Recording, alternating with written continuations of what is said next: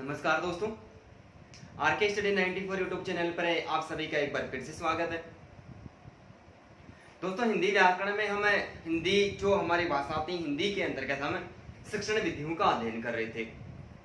ठीक है, सभी को गुड इवनिंग भाई। दोस्तों, हमारे पीछे की जो क्लास थी उसमें हमने भाषा संसर्ग विधि और समवाय साचार्य विधि के बारे में विस्तार पूर्वक अध्ययन कर लिया था। आज मैं एक और शिक्षण विधि आपके सामने लेकर उपस्थित हुआ हूं, जिसे कहते हैं अनौपचारिक या सैनिक विधि। दोस्तों, आप में से किसी ने भी अभी तक हमारे चैनल को सब्सक्राइब नहीं किया है तो आप सबसे पहले सब्सक्राइब करें, बेल आइकन बटन को दबाएं। वीडियो अच्छा लगे आपको अंत तक है तो आप वीडियो को लाइक करें, अपने सारे दोस्तों के साथ में शेयर करें, और फिर भी दोस्तों किसी प्रकार की कमी वगैरह रह जाती है तो आप कमेंट बॉक्स में जरूर कमेंट करें। ठीक है भाई। आज हम अध्ययन करने वाले औपचारिक या सैनिक विधि। दोस्तों, भारतीय दृष्टिकोण के आधार पर देखें, किसके आधार पर? भारतीय दृष्टिकोण, भारतीय दृष्टिकोण के आधार पर, भारतीय दृष्टिकोण के आधार पर शिक्षण के स्तर, भारतीय दृष्टिकोण के आधार पर दोस्तों शिक्षण के 3 स्तर माने गए। कितने स्तर माने गए? 3 स्तर माने गए, जिसमें सबसे पहले औपचारिक शिक्षा। कौन सी शिक्षा भाई? औपचारिक शिक्षा। दूसरी जो शिक्षा है वो है अनौपचारिक शिक्षा। औपचारिक शिक्षा, अनौपचारिक शिक्षा। और इसके अलावा जो शिक्षा है औपचारिक, अनौपचारिक, या फिर उसे कहते हैं पत्राचार, पत्राचार प्रणाली। क्या कहते हैं भाई? पत्राचार प्रणाली कहते हैं। सबको साफ दिखाई दे रहा है? हाँ भाई, उम्मीद करता हूं कि सबको साफ दिखाई दे रहा है। औपचारिक, अनौपचारिक, पत्राचार, या फिर इसको नैदानिक शिक्षा के नाम से भी पुकारा जाता है। दोस्तों, ये अनौपचारिक जो औपचारिक शिक्षा है, ये औपचारिक शिक्षा विद्यालय के अंतर्गत है, शिक्षक की देखरेख में दी जाती है। विद्यालय के अंतर्गत शिक्षक की देखरेख में दी जाती है।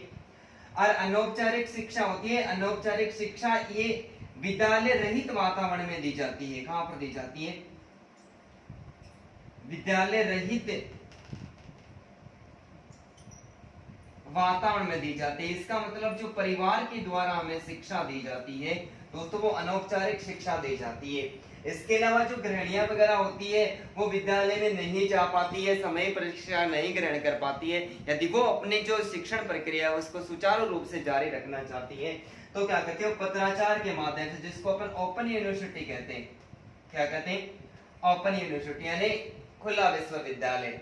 वहां पर खुली छूट होती है कि आप चाहे घर पे काम करो, चाहे आप विदेश में काम करो, कहीं पर भी काम करो, आप निर्धारित फीस है शुल्क है वो जमा कराएं। जमा करवाने के बाद में हम आपके पास में पुस्तक किताबें वगैरह भेजेंगे, आप वहीं पर पढ़ते रहिए, और जब एग्जाम्स का टाइम आता है तो आप एग्जाम देके आसानी के साथ में पास हो सकते हो। ये पत्राचार प्रणाली कहलाती है दोस्तों। क्या कहलाती है? पत्राचार प्रणाली कहलाती है। तो आप किसी प्रकार के काम धंधा भी करें और उसके साथ में शिक्षा प्राप्त करना चाहते हो तो आप पत्राचार प्रणाली के माध्यम से शिक्षा प्राप्त कर सकते हैं। तो यह जो व्यवस्था की गई है वो भारतीय दृष्टिकोण के आधार पर शिक्षण के 3 स्तर माने गए हैं। यहाँ पर इसमें से हम कौन सा स्तर पढ़ रहे हैं दोस्तों? औपचारिक या सैनिक विधि। औपचारिक शिक्षा या फिर सैनिक विधि का हम क्या करें दोस्तों? अध्ययन कर रहे हैं। तो यहाँ पर हमें साफ साफ यही पता चल रहा है, मिटा दो भाई, औपचारिक या सैनिक विधि। ठीक है, इस नाम से ही हमें पता चल रहा है कि ये जो औपचारिक विधि है दोस्तों, ये औपचारिक विधि है, ये व्याकरण शिक्षण के लिए उपयोगी नहीं मानी जाती है। व्याकरण शिक्षण की बजाय, व्याकरण शिक्षण की अपेक्षा, व्याकरण शिक्षण की अपेक्षा ये भाषा कौशल शिक्षण, ये भाषा कौशल शिक्षण एवं भाषा विकास के लिए उपयोगी माने जाते हैं। किसके लिए दोस्तों? भाषा विकास के लिए उपयोगी मानी जाती है। मेरी बात को आप ध्यानपूर्वक सुने कि औपचारिक विधि व्याकरण शिक्षण की अपेक्षा ये व्याकरण का ज्ञान करवाने के लिए अधिक उपयोगी नहीं मानी जाती है। दोस्तों ये भाषा कौशल शिक्षण है, अर्थात भाषा विकास के लिए विशेष उपयोगी मानी जाती है। तो हम ऐसा कह सकते हैं कि औपचारिक जो विधि है यानी इस विधि के अंतर्गत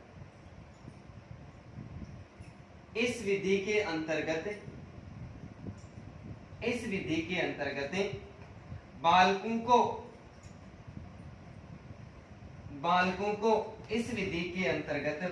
को व्याकरण का ज्ञान नहीं करवाया जाता है। व्याकरण का ज्ञान, किसका ज्ञान? व्याकरण का ज्ञान नहीं करवाया जाता है। औपचारिक या सैनिक विधि, इस विधि के अंतर्गत बालकों को व्याकरण का ज्ञान बिल्कुल भी नहीं करवाया जाता है। व्याकरण का ज्ञान कक्षा कक्ष या विद्यालय में, कक्षा कक्ष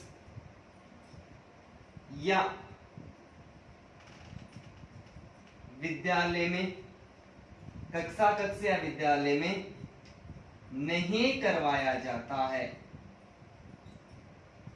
अनौपचारिक विधि के अंतर्गत बालकों को व्याकरण का ज्ञान है वो कक्षा कक्ष और विद्यालय के अंतर्गत नहीं करवाया जाता है, बल्कि क्या किया जाता है?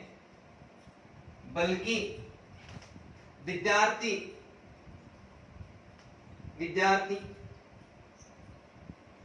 जिस भाषा को सीखना चाहते हैं, विद्यार्थी जिस भाषा को सीखना चाहते हैं उन्हें उस भाषा भाषी यानी भाषा बोलने वाले, उन्हें उस भाषा भाषी लोगों के संपर्क में लाया जाता है। क्या किया जाता है? जो भी भाषा बालक सीखना चाहता है उसको ऐसे ही भाषा बोलने वाले लोगों के संपर्क में लाया जाता है। छात्र अन्य लोगों के मुख से,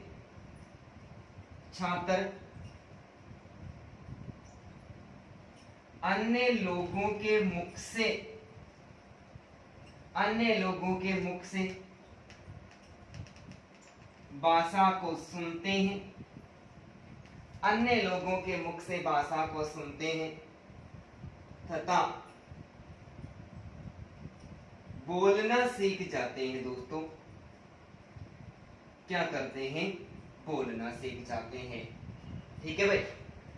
औपचारिक या जो सैनिक विधि सबको साफ दिखाई दे रहा है क्या? कहीं प्रॉब्लम तो नहीं हो रही भाई? उम्मीद करता हूं कि सबको साफ दिखाई दे रहा है।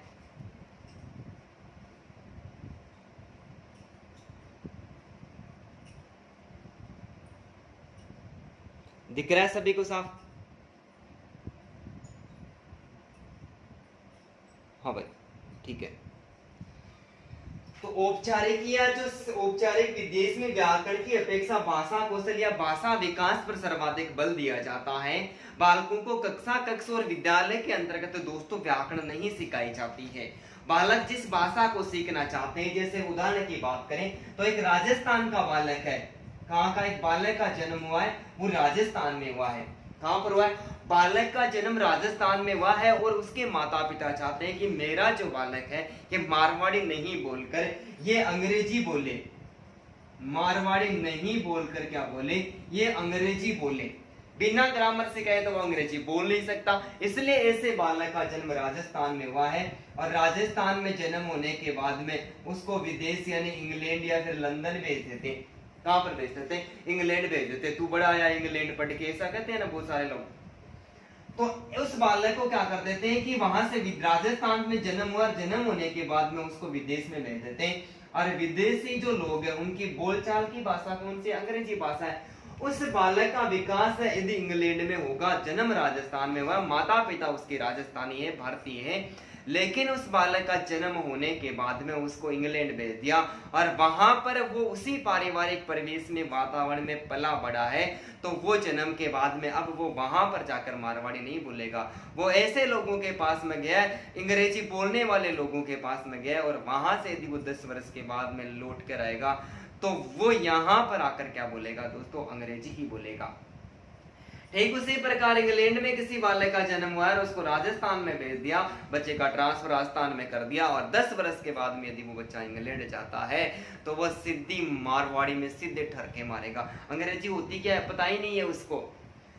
तो इस विधि के अंतर्गत भाषा कौशल एवं भाषा विकास पर सर्वाधिक बल दिया जाता है। तो इस विधि के अंतर्गत बालकों को व्याकरण का ज्ञान कक्षा और विद्यालय में नहीं करवाया जाता है, बल्कि बालक जिस भाषा को सीखना चाहते हैं उस भाषा भाषी लोगों के संपर्क में ले जाया जाता है। अंग्रेजी सीखना चाहता है, अंग्रेजों के पास में छोड़ दिया, पंजाबी सीखना चाहता है, पंजाब ले गए, गुजराती सीखना चाहता है दोस्तों, उसको गुजरात लेकर चले गए, उस लोगों के संपर्क में भाई छूट गया, लोगों के संपर्क में लाया जाता है। छात्र अन्य लोगों के मुख से भाषा को सुनते हैं और सुनकर सीख जाते हैं, इसलिए विद्यालय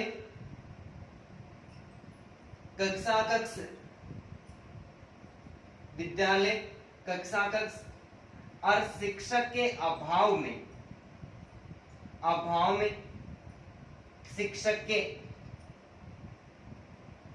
अभाव में भाषा सीखने के कारण दोस्तों उसको अनौपचारिक विधि के नाम से पुकारा जाता है। उम्मीद करता हूं कि आपको ट्रेलर समझ में आएगा कि इस विधि को अनौपचारिक विधि क्यों कहते हैं, क्योंकि जब अनौपचारिक विधि के अंतर्गत न तो शिक्षा विद्यालय में दी जाती है, न कक्षा में दी जाती है, और शिक्षक भी व्याकरण सिखाने के लिए, भाषा सिखाने के लिए कार्य नहीं करता है, तो विद्यालय कक्षा और शिक्षक रहित वातावरण में यदि बालक उस भाषा को सीखता है तब उसे किस विधि के नाम से जाना जाता है दोस्तों, औपचारिक विधि के नाम से जाना जाता है। मैं एक बार थोड़ा सा फिर बता देता हूं कि औपचारिक विधि है, देखो हमने 2 विधि पढ़ ली, बहुत खतरनाक प्रश्न बनने वाला है कि निम्न में से कौन सी विधि है जो व्याकरण शिक्षण के लिए उपयुक्त नहीं मानी जाती है। दोस्तों भाषा सहस्त्रक विधि में भी मात्र भाषा पर ही बल दिया जाता है और अनौपचारिक जो विधि है इसमें भी मात्र भाषा पर ही सर्वाधिक बल दिया जाता है। ठीक है, तो मातृभाषा मतलब इसके अंतर्गत द्वितीय भाषा, माँ की भाषा सिखाई जाती है और माँ की भाषा सिखाने के लिए दोस्तों, मातृभाषा सिखाने के लिए व्याकरण का ज्ञान आवश्यक नहीं है। बालक जिस माँ की भाषा सीखना चाहता है उसी माँ के पास में ले जाकर छोड़ देते हैं। राजस्थान में जिस बालक का जन्म हुआ वो अंग्रेजी बोलना चाहता है तो उसको इंग्लैंड ले जाकर किसी दूसरी महिला के पास में, किसी अन्य परिवार में छोड़ दो, वो उन लोगों की अंग्रेजी बोलते हुए उनके मुख से सुनेगा और सुनकर एक दिन वो भी क्या बोलने लग जाएगा दोस्तों, अंग्रेजी बोलने लग जाएगा। बिना विद्यालय, बिना शिक्षक और बिना कक्षा के यदि शिक्षा दी जाती है दोस्तों, ऐसी विधि को किस नाम से पुकारा जाता है, औपचारिक विधि के नाम से जाना जाता है। उम्मीद करता हूं कि ये ट्रेलर आपको आसानी के साथ में समझ में आया होगा। तो दोस्तों एक बार इसका स्क्रीनशॉट ले ले आप।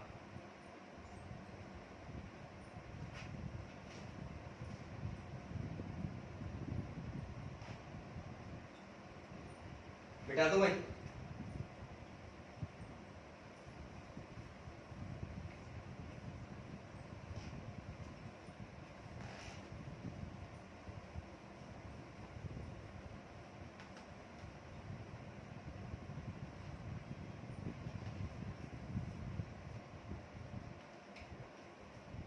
अब देखो आगे अध्ययन करते हैं कि इस विधि का शिक्षा के क्षेत्र में प्रयोग कब किया गया था। तो शिक्षा के क्षेत्र में इस विधि का प्रयोग शिक्षा के क्षेत्र में इस विधि का प्रयोग द्वितीय विश्व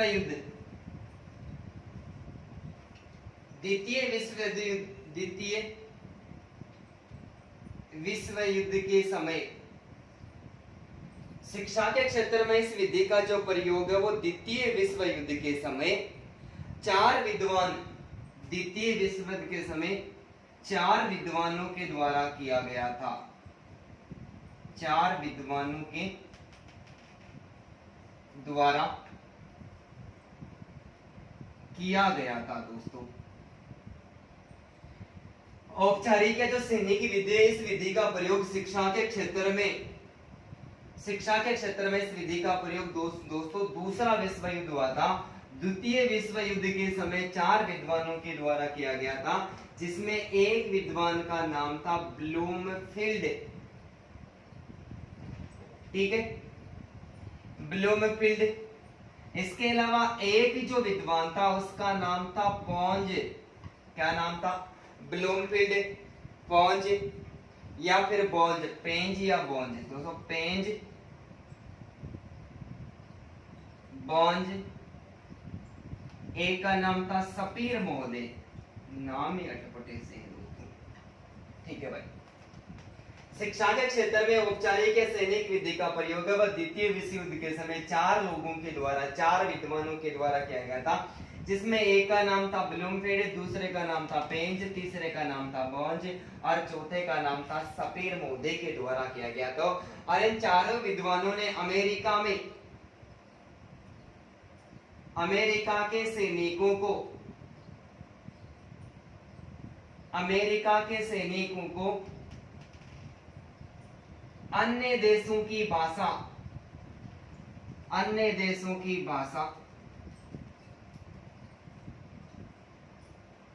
सिखाने के लिए, अमेरिका के सैनिकों को अन्य देशों की भाषा सिखाने के लिए इस विधि का प्रयोग किया।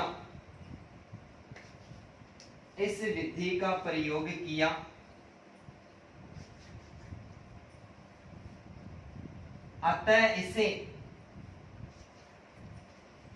सैनिक विधि के नाम से भी जाना जाता है। किसके नाम से दोस्तों? सैनिक विधि के नाम से भी, सैनिक विधि के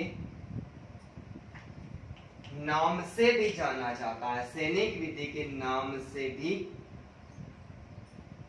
जाना जाता है। बात समझ में आई है क्या? ठीक है भाई, औपचारिक या जो सैनिक विधि है, इस विधि का शिक्षा के क्षेत्र में जो प्रयोग है वो दोस्तों दूसरा जो विश्व युद्ध चल रहा था और दूसरे विश्व युद्ध के समय किया गया था। क्योंकि दूसरा जब विश्व युद्ध चल रहा था तो आपस में देशों के बीच में युद्ध हो रहा था। जैसे राजस्थान का कोई व्यक्ति है, वो अंग्रेजी थोड़ी ना जानता है, वहां पर इंग्लैंड भेजने के लिए तो सबसे पहले उसको क्या करना पड़ेगा? अंग्रेजी तो सिखानी ही पड़ेगी। ठीक है, राजस्थान का व्यक्ति यदि वो पंजाब जाएगा तो पंजाब जाने से पहले उसको पंजाबी में कुछ बातचीत करनी है, उनके लोगों की भाषा को जानना समझना है, इसके लिए उनको पंजाबी तो सीखनी पड़ेगी। तो सारे देशों के बीच में युद्ध हो रहा था और इस समय जो अमेरिका के सैनिक थे उनको हर फ्रांस है, जैसे जर्मनी, इन सारे देशों के साथ में युद्ध लड़ना पड़ रहा था। वहां के लोगों की वो भाषा नहीं समझ रहे थे, इसलिए क्या किया था, 4 विद्वान ब्लूमफील्ड, पेंज, बॉज और जो सपीर महोदय थे, इन चारों ने क्या किया, अमेरिका के जो सैनिक थे इन सैनिकों को अन्य देशों की भाषा सिखाई। भाई अन्य देशों की भाषा सिखाई थी, न तो वो शिक्षक थे, वो तो विद्वान थे, नए विद्यालय था और नई कक्षा था। तो तीनों प्रकार के शत्रु रहित वातावरण में क्या किया, अन्य देशों की भाषा को सिखाया और सबसे पहले सैनिकों को सिखाया गया। दोस्तों इसलिए इस विधि को किस नाम से पुकारा जाता है? इसलिए इस विधि को सैनिक विधि के नाम से जाना जाता है। साफ नहीं दिख रहा है क्या?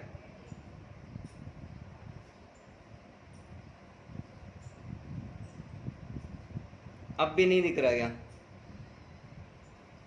शायद साफ दिखाई दे रहा है सबको। ठीक है, तो इसको किस विधि के नाम से जाना जाता है दोस्तों? सैनिक विधि के नाम से भी जाना जाता है। इसके अलावा इस विधि का प्रयोग करने से बालकों में भाषा का वास्तविक एवं व्यवहारिक ज्ञान प्राप्त होता है। इस विधि का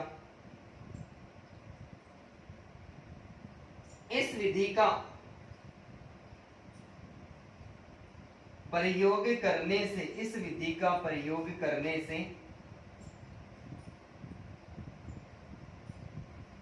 बालकों में भाषा का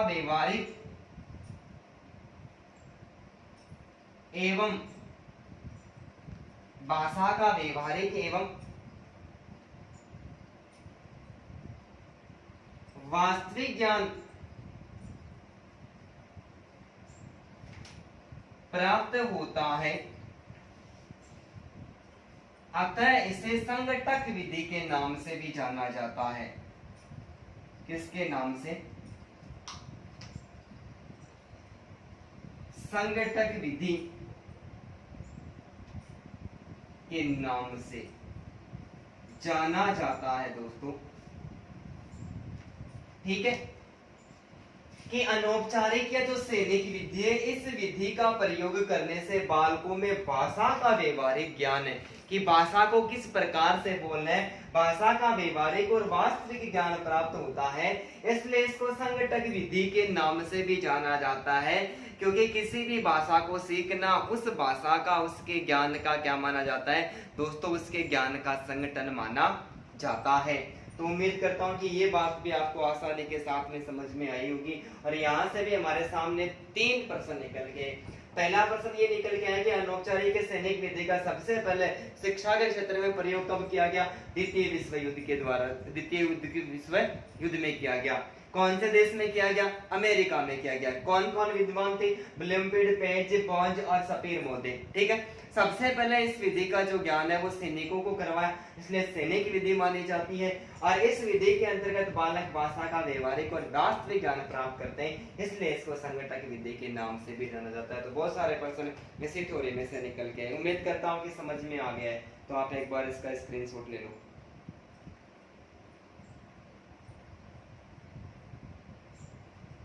मिटा दो भाई।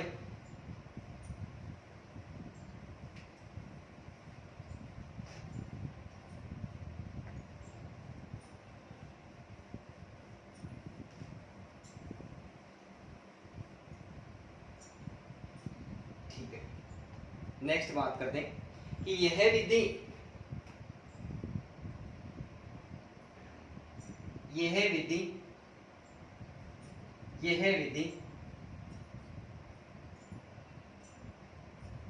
भाषा शिक्षण की, यह विधि भाषा शिक्षण की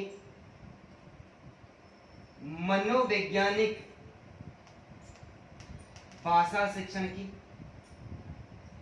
मनोवैज्ञानिक प्रणाली पर आधारित मानी जाती है, आधारित मानी जाती है।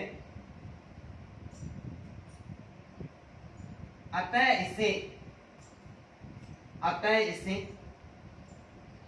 दोस्तों किस विधि के नाम से? वैज्ञानिक विधि के नाम से भी जाना जाता है। वैज्ञानिक विधि, वैज्ञानिक विधि के नाम से भी जाना जाता है। ठीक है भाई। औपचारिक जो सैनिक विधि है, ये विधि भाषा शिक्षण की मनोवैज्ञानिक विधि मानी जाती है कि मनोविज्ञान तो ये कहती है ना कि यदि किसी भी भाषा को बालकों को सिखाया जा रहा है तो क्या किया जाए? सिखाना एकदम से सरल तरीके से होना चाहिए, अधिगम एकदम प्रभावशाली होना चाहिए। प्रभावशाली रूप से इस विधि को सिखाया जा रहा है तो भाषा भाषी जो भाषा बोलते हैं उन लोगों के बीच में ले जाया जा रहा है। इसलिए ये जो भाषा शिक्षण की मनोवैज्ञानिक प्रणाली या फिर ये जो विधि है, ये मनोवैज्ञानिक सिद्धांत पर आधारित मानी जाती है। इसलिए इस विधि को दोस्तों किस नाम से पुकारा जाता है? वैज्ञानिक विधि के नाम से भी जाना जाता है। परंतु बालकों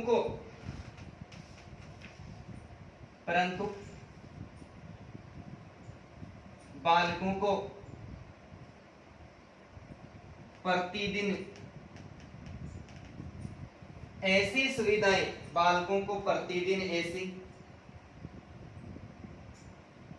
सुविधाएं उपलब्ध कराना आसान कार्य नहीं है, आसान कार्य नहीं है भाई। ठीक है, ये मनोवैज्ञानिक विधि तो मानी जाती है दोस्तों, लेकिन मनोवैज्ञानिक विधि माने के जात में ये विधि जो अपनी कार्य प्रणाली है, अपनी शिक्षण प्रणाली है, उसको मनोवैज्ञानिक सिद्धांतों पर तो पूरा करती है। इसलिए मनोवैज्ञानिक विधि तो इसको कह सकते हैं, वैज्ञानिक विधि की संज्ञा भी हम दे सकते हैं। लेकिन भारत एक विकासशील देश है दोस्तों, भारत एक विकासशील देश है और भारत जैसे विकासशील देश में बेरोजगारी इतनी है, कितने प्रतिशत, कम से कम 1 से 2 करोड़ के बीच जो लोग हैं उनको एक टाइम का खाना उपलब्ध करवाना भी सरकार के बस की बात नहीं है। इतने लोगों को तो एक टाइम भूखा ही सोना पड़ता है। और बेरोजगारी के क्रम में सबसे ऊपरी क्रम में हमारे भारत देश का नाम आता है। बेरोजगारों की संख्या इतनी है, विकासशील देश है, लोगों के पास में रोजगार का साधन नहीं है। तो लगातार इस प्रकार का कार्य करवाना, प्रतिदिन बालकों को अलग अलग देशों के व्यक्ति भाषा सिखाने के लिए उपलब्ध करवाना औकात नहीं है हमारे इस देश की। इसलिए दोस्तों कर्म करना जरूरी है। आप जितना कर्म करोगे आपको उतना ही मिलेगा। आपको सरकार सीधा लिफाफे में डालकर पैसे देके नहीं जाएगी। बेरोजगारी को तो दूर करने के लिए तो पढ़ाई आपको करनी ही पड़ेगी। ठीक है भाई, ठीक है। इसके अलावा इस विधि में बालक शिक्षक के इस विधि में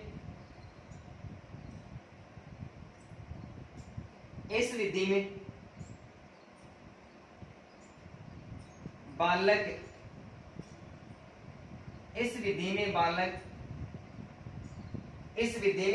शिक्षक के स्वाभाविक संवादों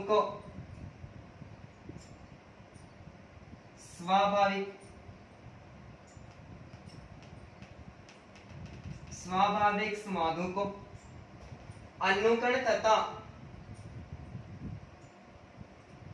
अनुकरण तथा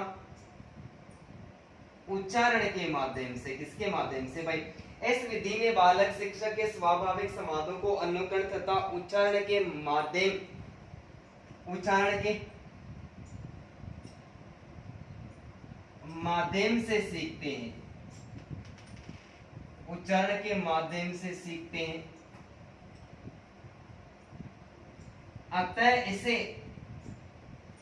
अतः इसे अनुकरण परिस्मरण विधि भी कहते हैं। अतः इसे अनुकरण परिस्मरण विधि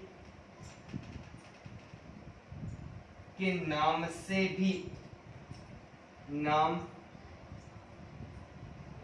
भी जाना जाता है। ठीक है भाई। इस विधि में औपचारिक या सैनिक विधि में बालक शिक्षक के स्वाभाविक संवादों को अनुकरण या उच्चारण के माध्यम से सीखते हैं। अतः इसे अनुकरण परिस्मरण विधि भी कहते हैं। दोस्तों इसमें जो सिखा रहा है वो विद्यालय का शिक्षक नहीं है। ये शिक्षक विद्यालय का शिक्षक नहीं है। ये वह शिक्षक है जो किसी दूसरी भाषा को जानता हो। क्या करता हो? किसी दूसरी भाषा को जानता हो और वो अपनी जो भाषा बोलता है वो उसकी स्वाभाविक भाषा होती है और वो उसको स्वाभाविक भाषा या फिर उसको स्वाभाविक संवाद की संज्ञा देते हैं। किसकी संज्ञा देते हैं? स्वाभाविक संवाद की। दो व्यक्तियों के बीच में आपस में जो वार्तालाप होती है दोस्तों उसे संवाद कहते हैं। तो इस विधि में बालक शिक्षक के स्वाभाविक संवादों को या तो अनुकरण करते हैं, वो जैसा बोलता है वैसे वैसे करते हैं, या फिर जो उच्चारण करता है उस उच्चारण के माध्यम से सीखते हैं। अतः इसको अनुकरण परिस्मरण विधि के नाम से भी जाना जाता है। दोस्तों इस विधि के बहुत सारे नाम होंगे। अनुकरण परिस्मरण विधि के नाम से भी जाना जाता है। तो उम्मीद करता हूँ कि ये बात भी आपको आसानी के साथ समझ में आई होगी। तो दोस्तों एक बार इसका भी आप स्क्रीनशॉट ले ले और इसके बारे में 2-3 बिंदु रह गए, बात करते हैं।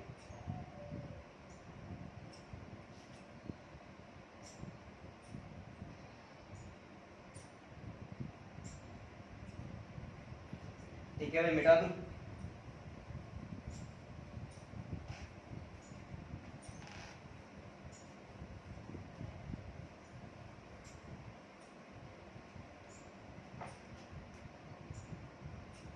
ठीक है, अब देखो एक और बिंदु की बात करते हैं कि इस विधि में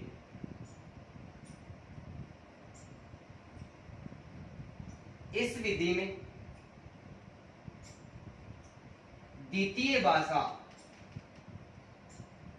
भाषा मतलब मातृभाषा, इस विधि में द्वितीय भाषा पर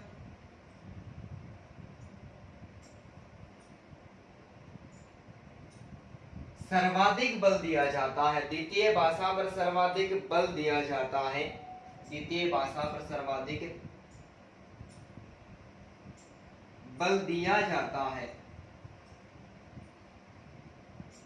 अतः इसे सर्वे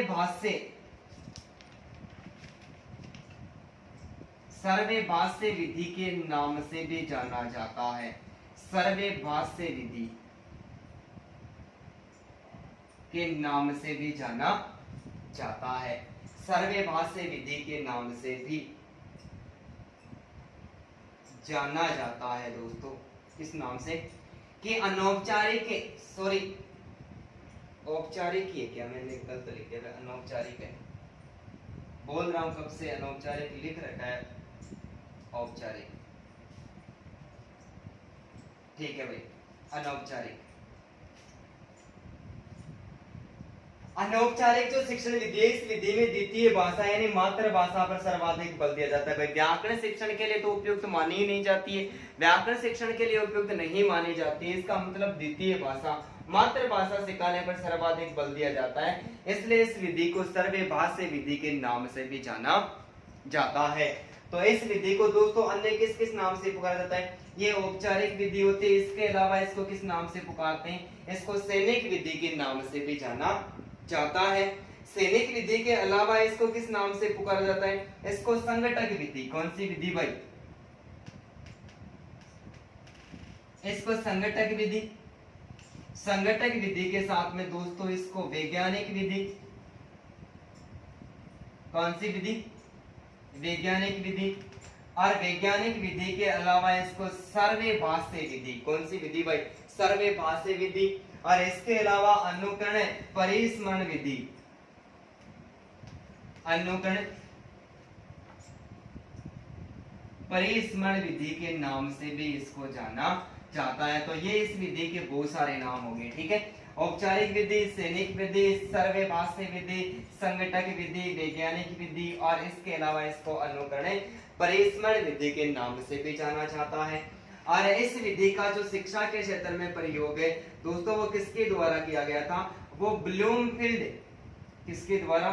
ब्लूमफील्ड के द्वारा। अलावा पेंज, पेंज के अलावा बोंज, और बोंज के अलावा कौन था? एक सपीर नाम का व्यक्ति था। सपीर मोदे के द्वारा क्या किया गया था?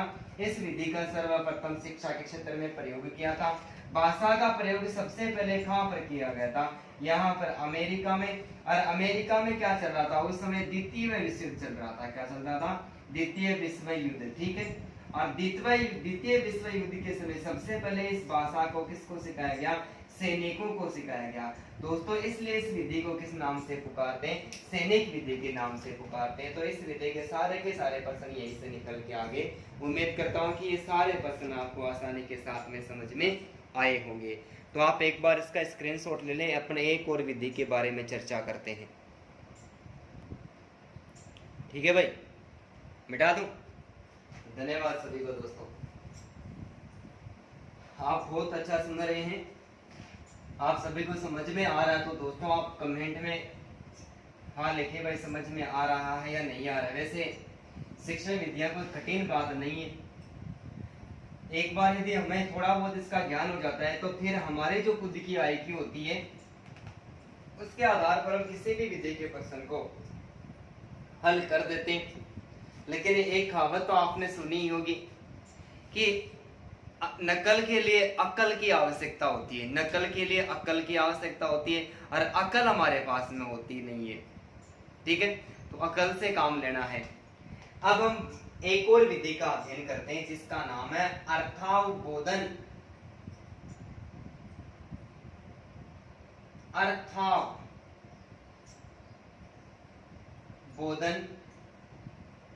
अर्थावबोधन विधि दोस्तों, उसको अवबोधन विधि भी कहते हैं।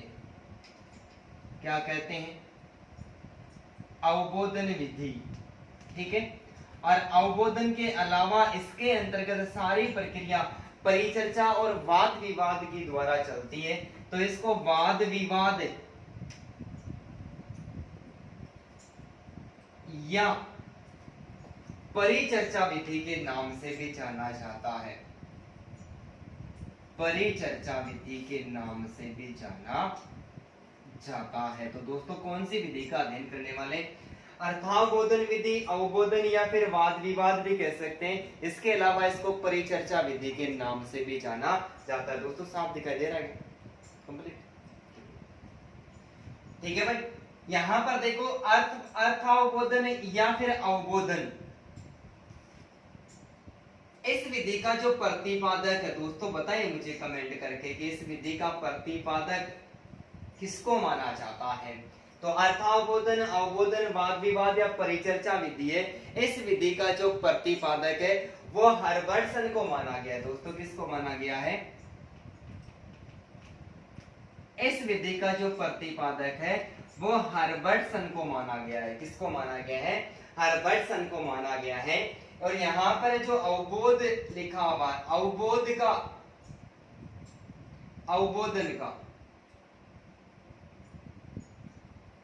अवबोधन का तात्पर्य होता है समझना। अर्थावबोधन का तात्पर्य होता है अर्थ को समझना। अवबोधन का अर्थ होता है समझना। अर्थावबोधन का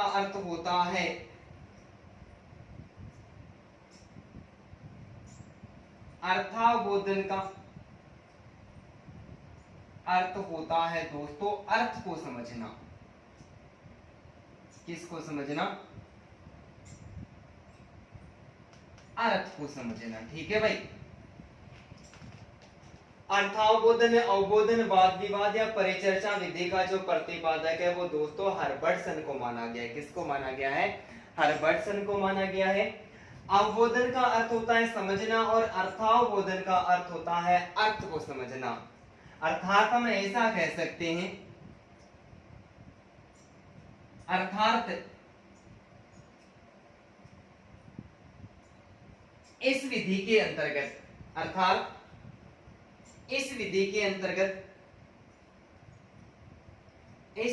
के अंतर्गत विद्यार्थी, इस विधि के अंतर्गत विद्यार्थी रटने की अपेक्षा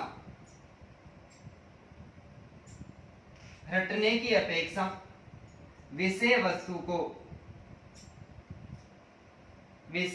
को अर्थपूर्ण तरीके से, विषय वस्तु को अर्थपूर्ण तरीके से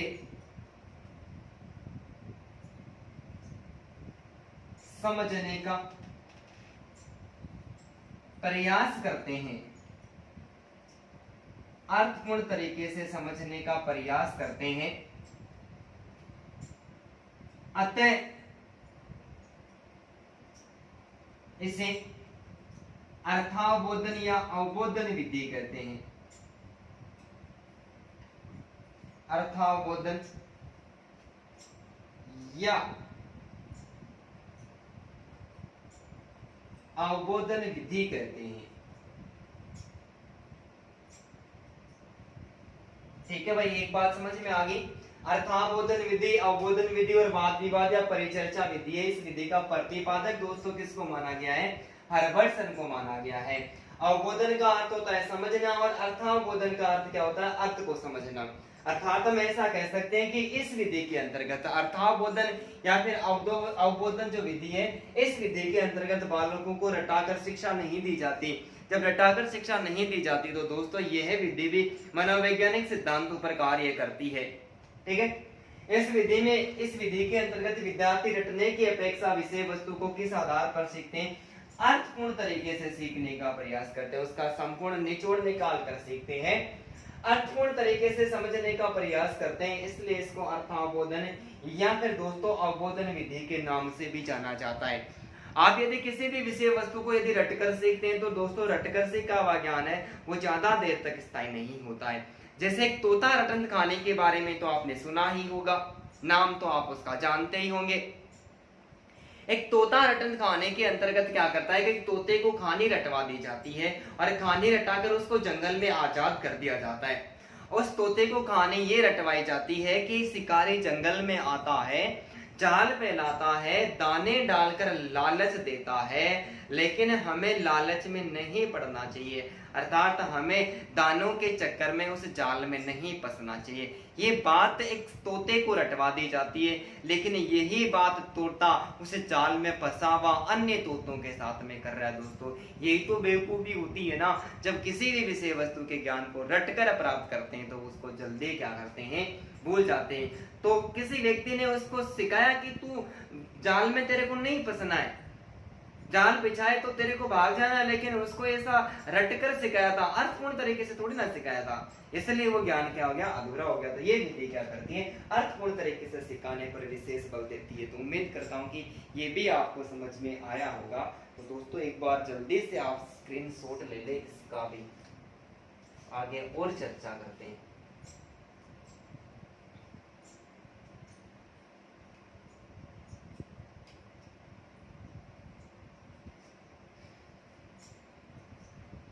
ठीक है भाई, मिटा दो।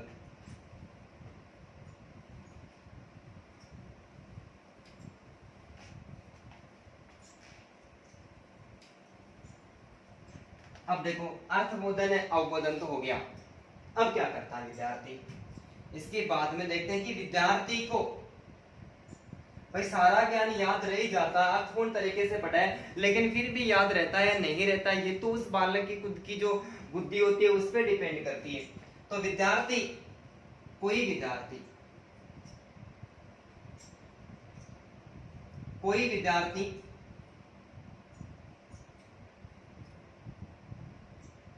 अर्थ को सही तरीके से नहीं समझ पाता है, अर्थ को सही तरीके से नहीं समझ पाता है, तो वह अन्य छात्र या शिक्षक के साथ परिचर्चा करता है। क्या करता है भाई, परिचर्चा करता है कि अर्थपूर्ण तरीके से समझा तो दिया, लेकिन फिर भी समझ में नहीं आया, तो कोई विद्यार्थी अर्थ को सही तरीके से सही समझ पाता है, तो वह दोस्तों अन्य छात्रों या शिक्षक के साथ में क्या करता है, परिचर्चा करता है। अर्थात हम ऐसा कह सकते हैं, अर्थात इस विधि के अंतर्गत जिस विषय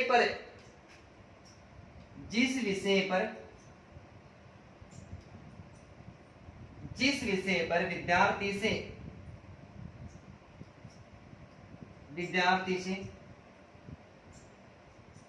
रचना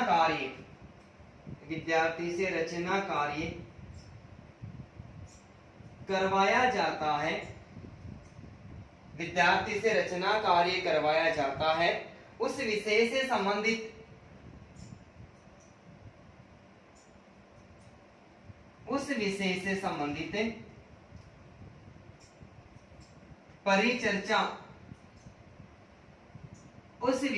संबंधित परिचर्चा कक्षा कक्ष में की जाती है, तथा बाद में परिचर्चा के निष्कर्षों के आधार पर रचना कार्य करवाया जाता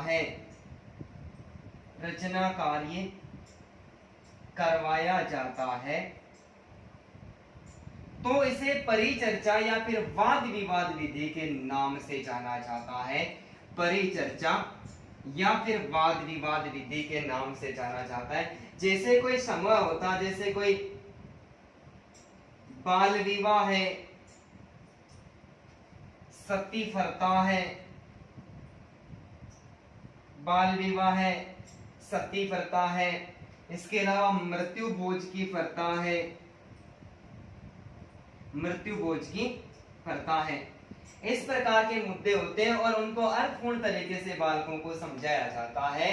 अर्थपूर्ण तरीके से समझाने को उसको अर्थावबोधन या फिर अवबोधन विधि के नाम से जाना जाता है। लेकिन कुछ विद्यार्थी ऐसे भी होते हैं जो अर्थपूर्ण तरीके से नहीं समझ पाते। दोस्तों नहीं समझ पाते तो क्या करते हैं, वो किसी शिक्षक या फिर अन्य कोई छात्र है, शिक्षक या फिर अन्य कोई विद्यार्थी है, उनके साथ में क्या करते हैं, परिचर्चा करते हैं, आपस में चर्चा करते हैं, वाद विवाद करते हैं, बहस करते हैं। कुछ विद्यार्थी कहते हैं कि बाल विवाह होने चाहिए, कुछ विद्यार्थी कहते हैं कि नहीं होने चाहिए, कुछ विद्यार्थी सती प्रथा का समर्थन करते हैं, कुछ विद्यार्थी कहते हैं कि मृत्यु बोझ नहीं करना चाहिए। इस प्रकार शिक्षक और विद्यार्थियों के बीच में आपस में क्या होता है, आपस में वाद विवाद होता है, चर्चा होती है, उसके बाद में एक निष्कर्ष पर पहुंचते हैं। तो विद्यार्थियों से रचना कार्य करवाया जाता है, उस विषय से संबंधित परिचर्चा यानी आपस में चर्चा वो कक्षा कक्ष में की जाती है तथा बाद में परिचर्चा के जो निष्कर्ष निकल के आते हैं उनमें से कोई कार्य रचना कार्य करवाया जाता है। वो रचना कार्य बाल विवाह, सती प्रथा, मृत्यु बोझ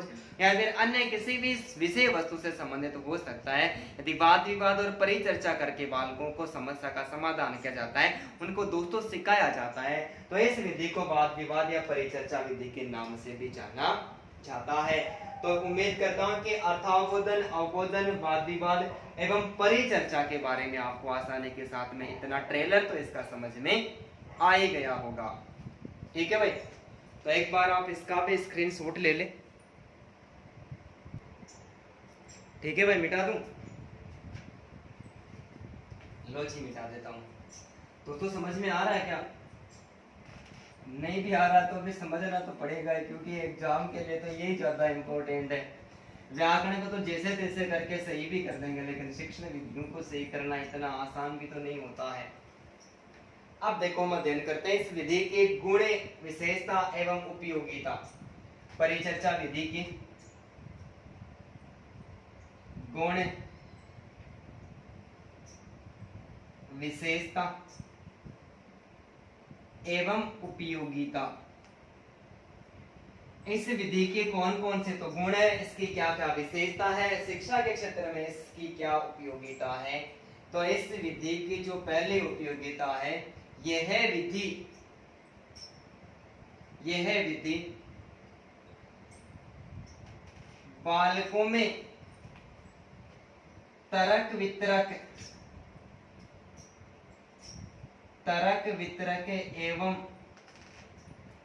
चिंतन का विकास करती है।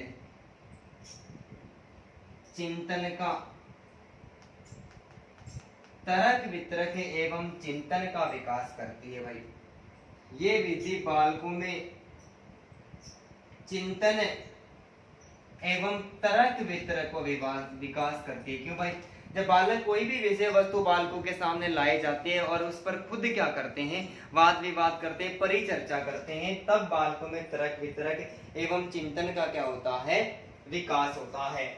ठीक है, इसके अलावा हमें और एक यूनिट की बात करें, एक और इसकी जो योग्यता है उसकी बात करें, तो इस विधि के अंतर्गत यास्क महोदय ने, एक विचारक है, विद्वान है जिसका नाम है यास्क महोदय द्वारा स्वरचित ग्रंथ, स्वरचित रचना, निरुक्त रचना का क्या नाम था भाई? निरुक्त जो रचना है, ये निरुक्त रचना या ग्रंथ है, इसका जो प्रतिपादन है वो किसके द्वारा किया गया था? यास्क महोदय के द्वारा किया गया। तो यास्क महोदय ने स्वरचित निरुक्त ग्रंथ में अर्थ को समझने के लिए शब्दों का स्पष्टीकरण किया था। निरुक्त ग्रंथ में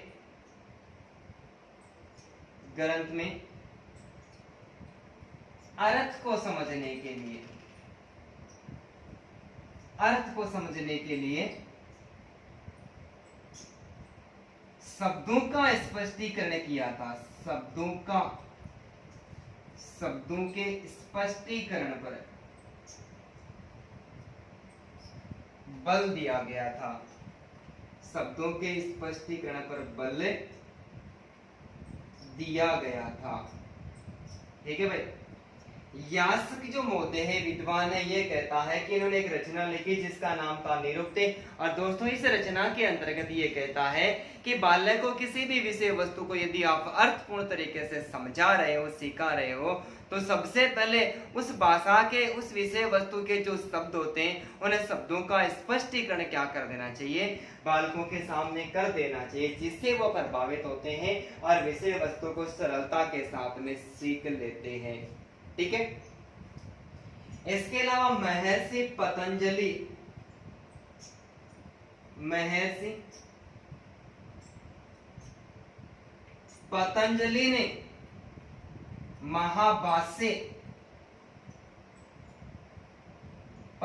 ने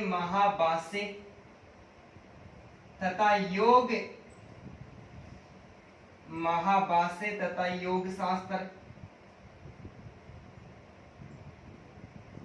रचना के अंतर्गत ऐसे अनेक शब्दों का प्रयोग किया है।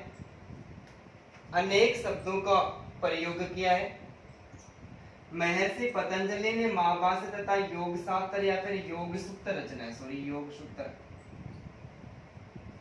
योग सूत्र रचना के अंतर्गत अर्थ को समझकर कंठस्थीकरण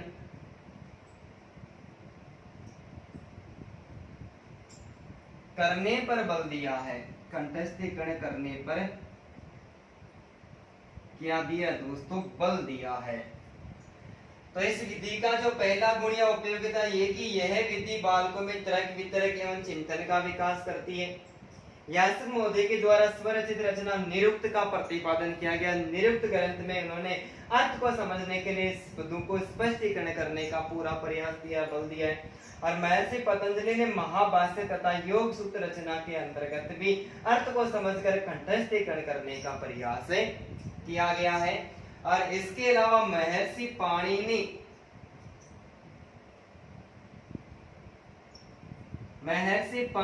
ने स्वरचित रचना अष्टाध्यायी 8 अध्यायों का समूह है या समाहार। अष्टाध्यायी रचना के अंतर्गत अनेक ऐसे शब्दों का प्रयोग किया है,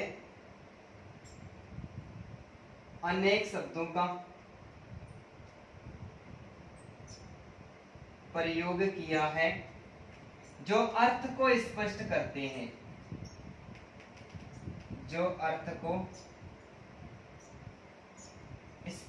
हैं, भाई 3 विद्वान हो गए, यास्क, महर्षि पतंजलि और इसके अलावा महर्षि जो पाणिनि है, पाणिनि ने एक रचना लिखी है जिसका नाम है दोस्तों अष्टाध्यायी। और अष्टाध्यायी रचना के अंतर्गत भी अनेक ऐसे शब्दों का प्रयोग किया है जो अर्थ को क्या करते हैं, स्पष्ट करते हैं। इसलिए यास्क, महर्षि पतंजलि और पाणिनि का संबंध किस विधि से है, अर्थावबोधन, अवबोधन, वाद विवाद या फिर परिचर्चा विधि के नाम से जाना जाता है। तो इनका संबंध भी किससे है, अर्थबोधन विधि से भी पाणिनि, पतंजलि और यास्क महोदय का संबंध माना जाता है। तो उम्मीद करता हूं कि ये भी आपको समझ में आया होगा।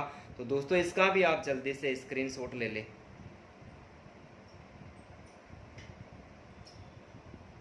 ठीक है भाई, मिटा दूं? जी मिटा देता हूं।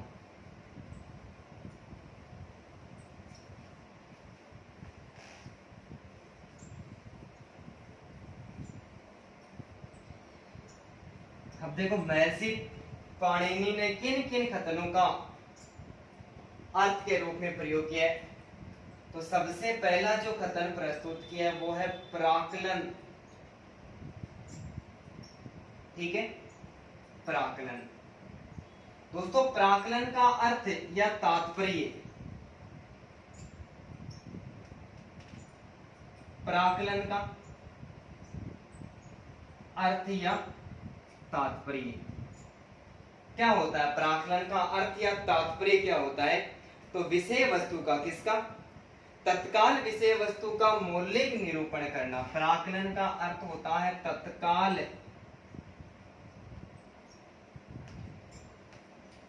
विषय वस्तु का मौलिक निरूपण करना। मौलिक निरूपण करना, ठीक है दोस्तों। मौलिक निरूपण का अर्थ होता है, एक अर्थ होता है विवेचना करना। एक अर्थ तो क्या होता है, विवेचना करना। दूसरा अर्थ होता है विषय वस्तु को अच्छी तरह से समझना,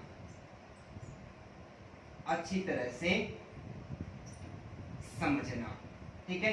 यदि विवेचना करना या अच्छी तरह से समझ रहा है, इसका मतलब समझने का संबंध कौन सी विधि से माना जाता है, अर्थावबोधन, अवलोकन, वाद विवाद या परिचर्चा विधि के अंतर्गत माना जाता है, ठीक है। और प्राक्कलन तभी संभव होता है जब विद्यार्थी विषय वस्तु को पूर्णता के साथ में सीखता है। प्राक्कलन तभी संभव होता है, तभी संभव होता है जब विद्यार्थी विषय वस्तु को पूर्ण रूप से सीखता है, पूर्ण रूप से सीखता है, ठीक है भाई। तो महर्षि पाणिनि ने अनेक प्रकार के अर्थ प्रकट किए जिनका संबंध अर्थावबोधन या फिर अवबोधन विधि से था, जिसमें सबसे पहला क्या था भाई, प्राक्कलन था। प्राक्कलन का अर्थ होता है तत्काल विषय वस्तु का मौलिक निरूपण करना। अध्यापक कक्ष में आता है और आकर किसी भी बालक को विषय वस्तु पढ़ाता है। बालक तुरंत ही क्या कर देता है, उस विषय वस्तु की विवेचना कर देता है, उस विषय वस्तु को अच्छी तरह से समझ लेता है। प्राक्कलन तभी संभव होता है जब बालक विषय वस्तु को पूर्ण रूप से सीखता है, अच्छी तरह से समझता है। बालक विषय वस्तु को अच्छी तरह से नहीं समझता है तो फिर वो उसका अर्थपूर्ण अध्ययन है वो कभी भी नहीं कर पाता है, ठीक है। इसके अलावा जो दूसरा जो विषय है, दूसरा जो कथन है वो है भाषण। दोस्तों बताइए भाषण किसे कहते हैं। विषय वस्तु का सम्यक रूप से स्पष्टीकरण करना भाषण कहलाता है। विषय वस्तु का सम्यक रूप से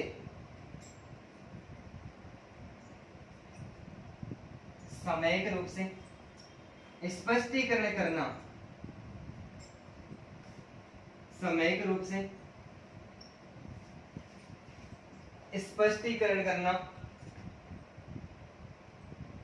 दोस्तों क्या कहलाता है, भाषण कहलाता है भाई, ठीक है। विषय वस्तु का सामयिक रूप से यानी वास्तविक रूप से क्रमबद्ध रूप से स्पष्टीकरण करना अध्यापक का दायित्व क्या है। कोई भी विषय वस्तु है, उस विषय वस्तु के सारे जितने प्रकार के उद्देश्य होते हैं, सारे उद्देश्यों को बालकों के सामने क्या करना चाहिए, सर्वप्रथम स्पष्ट कर देना चाहिए। जब बालक उन विषय वस्तु के उद्देश्य को स्पष्ट करता है, उसका सम्यक ज्ञान है वो बालकों को करवा देता है। इस प्रकार की प्रतिवस्ती को या फिर अर्थपूर्ण तरीके से बालक सीखता है, उसको किस नाम से पुकारा जाता है, भाषण के नाम से पुकारा जाता है। और इसके अलावा जो तीसरा जो इसका बिंदु है वो है सम्यक बोध। दोस्तों तीसरा बिंदु क्या माना जाता है, सम्यक बोध माना जाता है, और जिसका अर्थ होता है विषय वस्तु का पूर्ण रूप से अर्थ सहित ज्ञान प्राप्त करना। विषय वस्तु का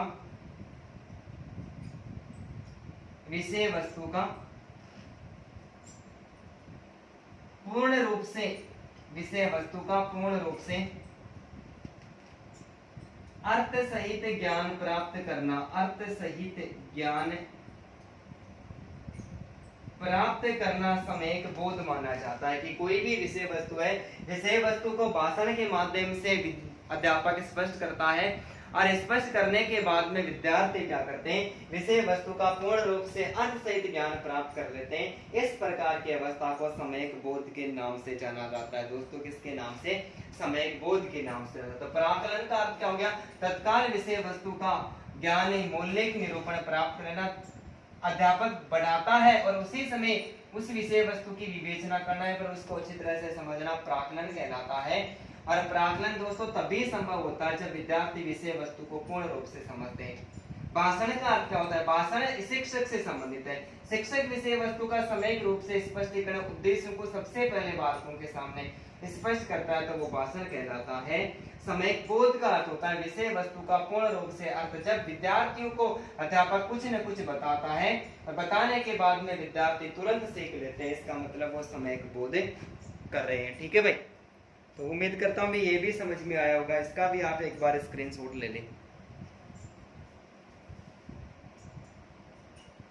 ठीक है भाई, मिटा दूं?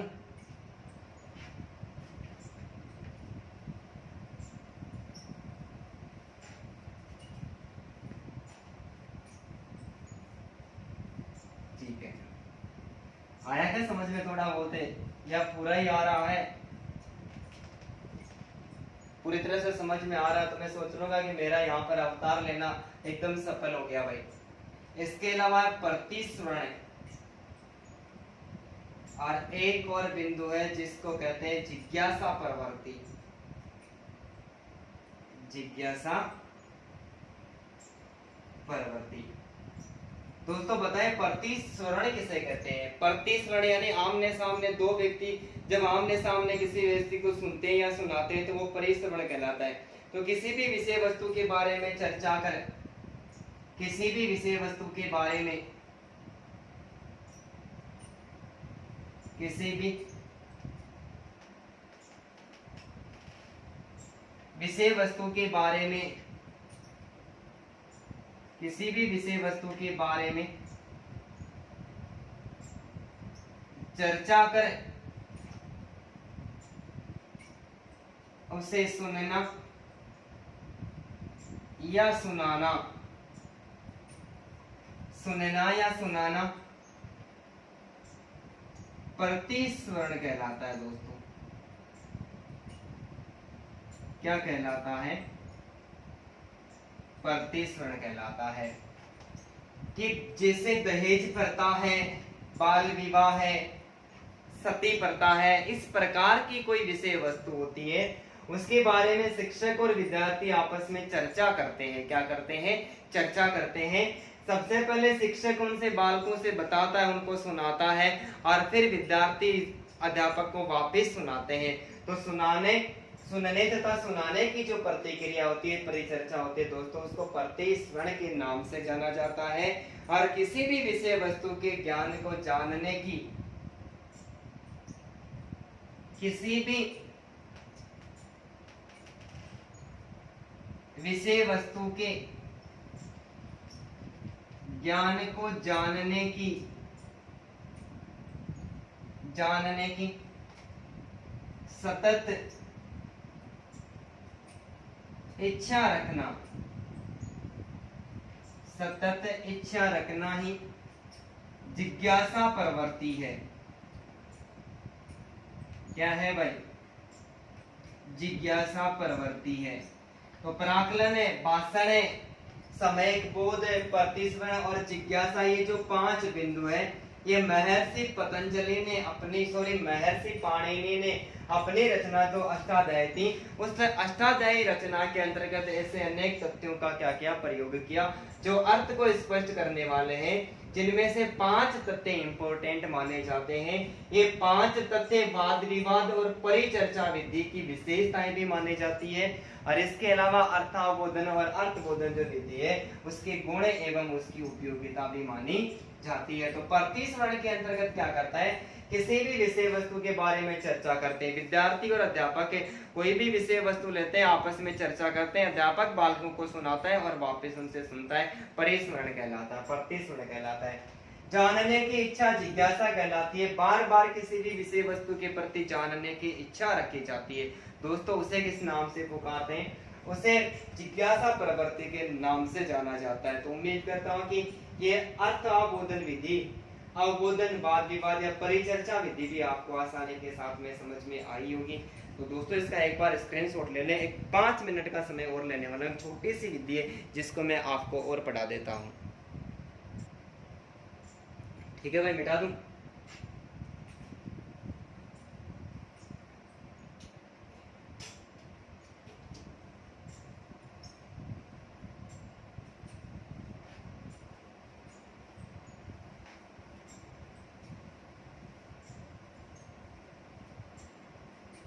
एक और विधि का हम अध्ययन करते हैं जिसका नाम है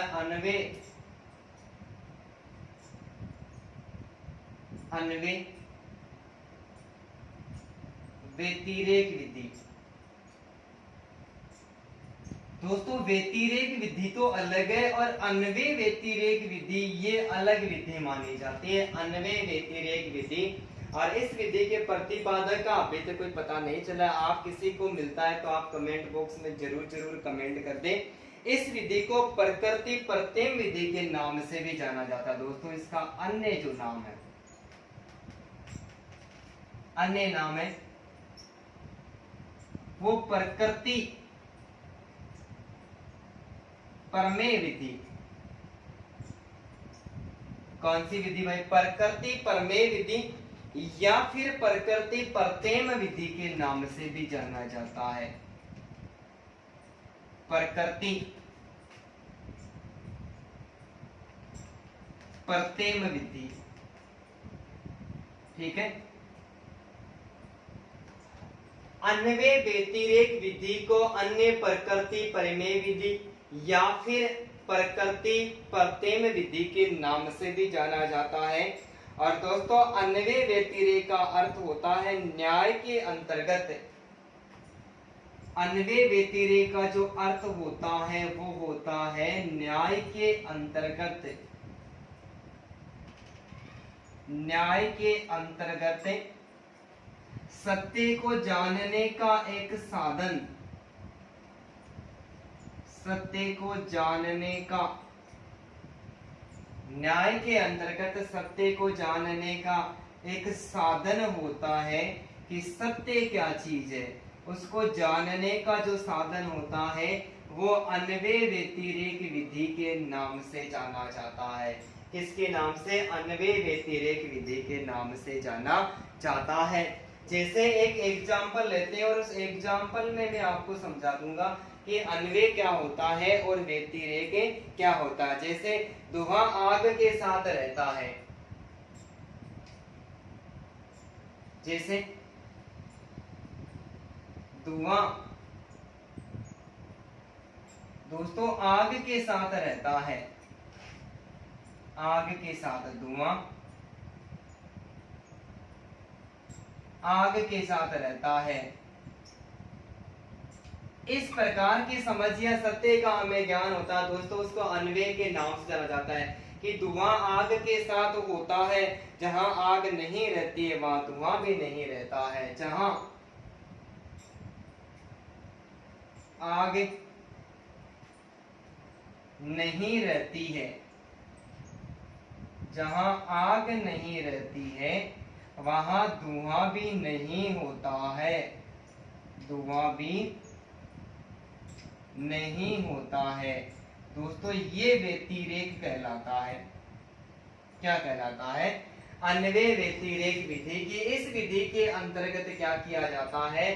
सत्य को, न्याय के अंतर्गत सत्य को जानने का प्रयास किया जाता है कि हमारे सामने एक वाक्य निकल के आता है कि जहां पर आग लगी हुई होती है वहां पर धुआं होता है, तो धुआं आग के साथ में होता है, ये अन्वय है। क्या कहलाता है? ये अन्वय कहलाता है। जहां आग नहीं रहती है वहां धुआं भी नहीं होता है। इस प्रकार का सत्य हमें जानने को मिलता है। तो दोस्तों उसे किस नाम से पुकारते हैं? व्यतिरेक के नाम से पुकारते हैं।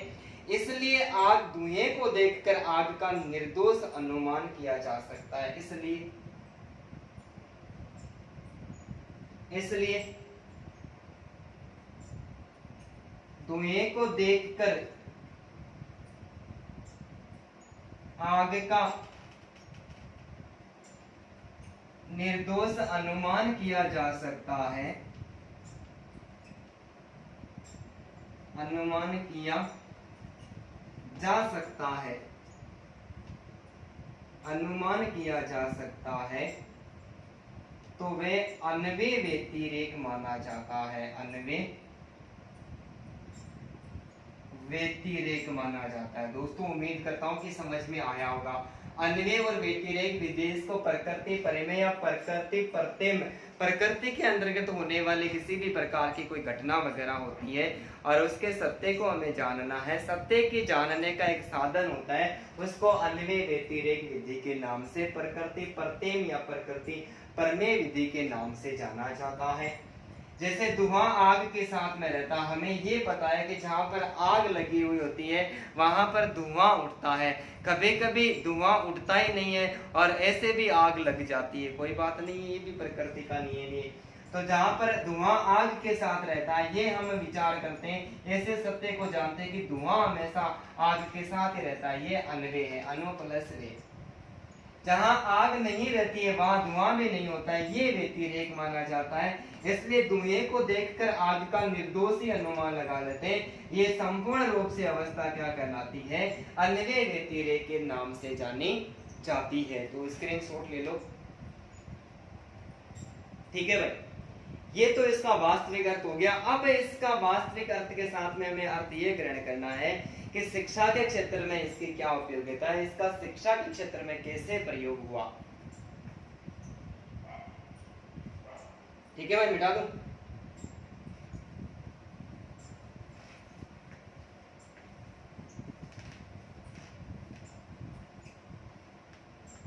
अब देखो शिक्षा के क्षेत्र में इसका उपयोग कि व्याकरण पढ़ाते समय, व्याकरण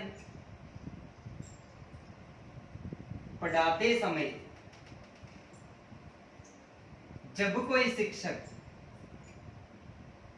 व्याकरण पढ़ाते समय जब कोई शिक्षक शब्द की उत्पत्ति एवं शब्द की उत्पत्ति एवं रचना का ज्ञान करवाता है, रचना का ज्ञान करवाता है, तो उसे अन्वय व्यतिरेक विधि कहते हैं। तो उसे अन्वय व्यतिरेक विधि कहते हैं। क्या कहते हैं, अन्वय व्यतिरेक। कि व्याकरण पढ़ाते समय कोई शिक्षक है, शब्द की उत्पत्ति कहां से हुई और उसकी रचना कहां से हुई, कि कोई भी शब्द निकल के आता है उसमें से ये सोचता है कि उसमें उपसर्ग कौन सा है, उस शब्द में प्रत्यय कैसा जुड़ा हुआ है, उसका मूल शब्द कौन सा है, उसका वास्तविक अर्थ क्या होता है, वास्तविक अर्थ क्या होता है, यदि इन सारी स्थितियों को स्पष्ट करके अध्ययन करवाता है, इसका मतलब वो अन्वय व्यतिरेक विधि के माध्यम से शिक्षण कार्य करवा रहा है। सबसे पहले क्या कर रहा है, अन्वय उस विषय वस्तु के सत्य को जानने का प्रयास कर रहा है कि शब्द की उत्पत्ति कहां से हुई। जैसे अभी हमने उदाहरण लिया था कि धुआं की उत्पत्ति किससे हुई है, आग से हुई है। आग नहीं होती है, धुआं नहीं होता है। जब मूल शब्द वगैरह नहीं होता है तो उसके उपसर्ग प्रत्यय ये सारी स्थितियां निकल के नहीं आती है। जैसे एक शब्द की बात करते हैं, जैसे स्वागत है, स्वागत शब्द में मूल शब्द सु और आ तो उपसर्ग है ना, सु और आ उपसर्ग है। इसके अलावा गत प्रत्यय भी जुड़ा हुआ होता है। तो इस प्रकार से वो स्वागत के बारे में बताता है कि सु और आ उपसर्ग है, गत प्रत्यय है, ठीक है, स्वागत हो गया। इसके अलावा जैसे व्यावहारिक शब्द होता है, कहता है कि वी और आ तो इसमें उपसर्ग है, मूल शब्द इसमें व्यवहार है और इसके साथ में इसका एक प्रत्यय जुड़ा हुआ है। क्या जुड़ा हुआ है, इसके अंतर्गत एक प्रत्यय जुड़ा हुआ है। दूसरों के साथ में अच्छा संबंध रखने वाला व्यक्ति को व्यवहारिक के नाम से पुकारा जाता है। तो व्याकरण पढ़ाते समय जब कोई शब्द की उत्पत्ति रचना का ज्ञान करवाता है उसको अन्वय व्यतिरेक के नाम से होता है कि व्यावहारिक शब्द की उत्पत्ति किससे हुई, कैसे बना है। इसमें वी और आ उपसर्ग है, मूल शब्द व्यवहार है, इसके साथ में इसमें क्या जुड़ा हुआ है दोस्तों, एक प्रत्यय जुड़ा हुआ है। इस प्रकार से यदि पढ़ाता है तो वह विधि क्या मानी जाती है, अन्वय व्यतिरेक विधि के नाम से भी जानी जाती है। और इस विधि का जो प्रयोग है वो स्वतंत्र रूप से नहीं किया जाता है भाई। इस विधि का जो प्रयोग है वो स्वतंत्र रूप से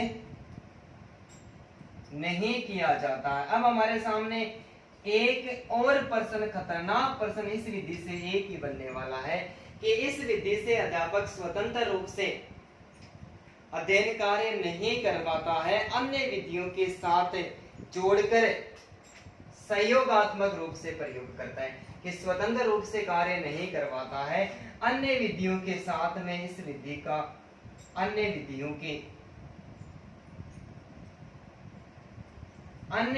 के साथ में इस विधि का प्रयोग किया जाता है। दोस्तों, स्वतंत्र रूप से इस विधि के अंतर्गत शिक्षण कार्य नहीं करवाया जाता है, इसको अन्य किसी भी विधियों के साथ में जोड़कर कार्य करवाया जाता है, तो इसको अन्वय व्यतिरेक विधि के नाम से भी जाना जाता है।